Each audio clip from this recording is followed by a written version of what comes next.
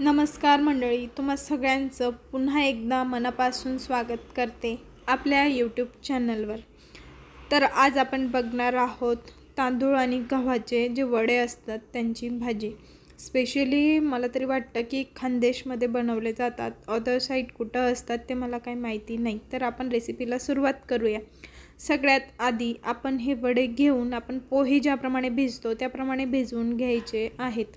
एक 5-10 मिनटं वडे भिजवायला साईडला ठेवल्यानंतर पॅनमध्ये तेल गरम करून घेऊया। त्यामध्ये जिरे, मोहरी आणि कढीपत्ता टाकून मस्त फोडणी तयार करून घेऊ। त्यानंतर या ठिकाणी मी 5 ते 7 लसूण पाकळ्या ठेचून घेतलेल्या आहेत, त्या यामध्ये टाकल्यावर मस्त परतून घेत आहे।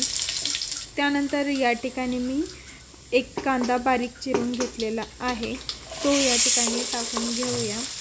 आणि आता कांदा पण मस्त परतून घेऊ। मस्त असं थोडासा पिंकिश कलर आला कांद्याला की त्यामध्ये परत आपण बारीक चिरून घेतलेला टोमॅटो ॲड करून घेऊया।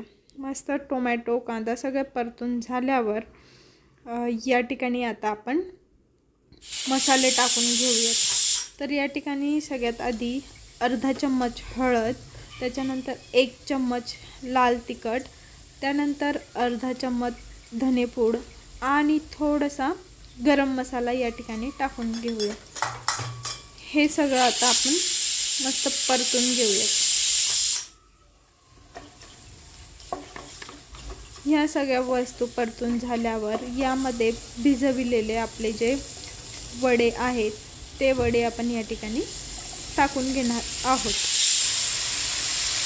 आता हे सगळं आपण मस्त परत एकदा मिक्स करून घेऊया।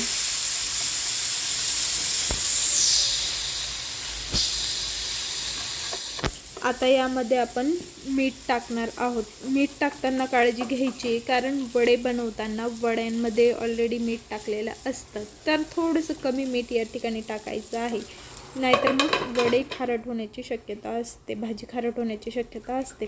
त्यानंतर एक ते 2 मिनटं यावर मी झाकण ठेवून मस्त असं परत शिजवून घेतलेलं आहे।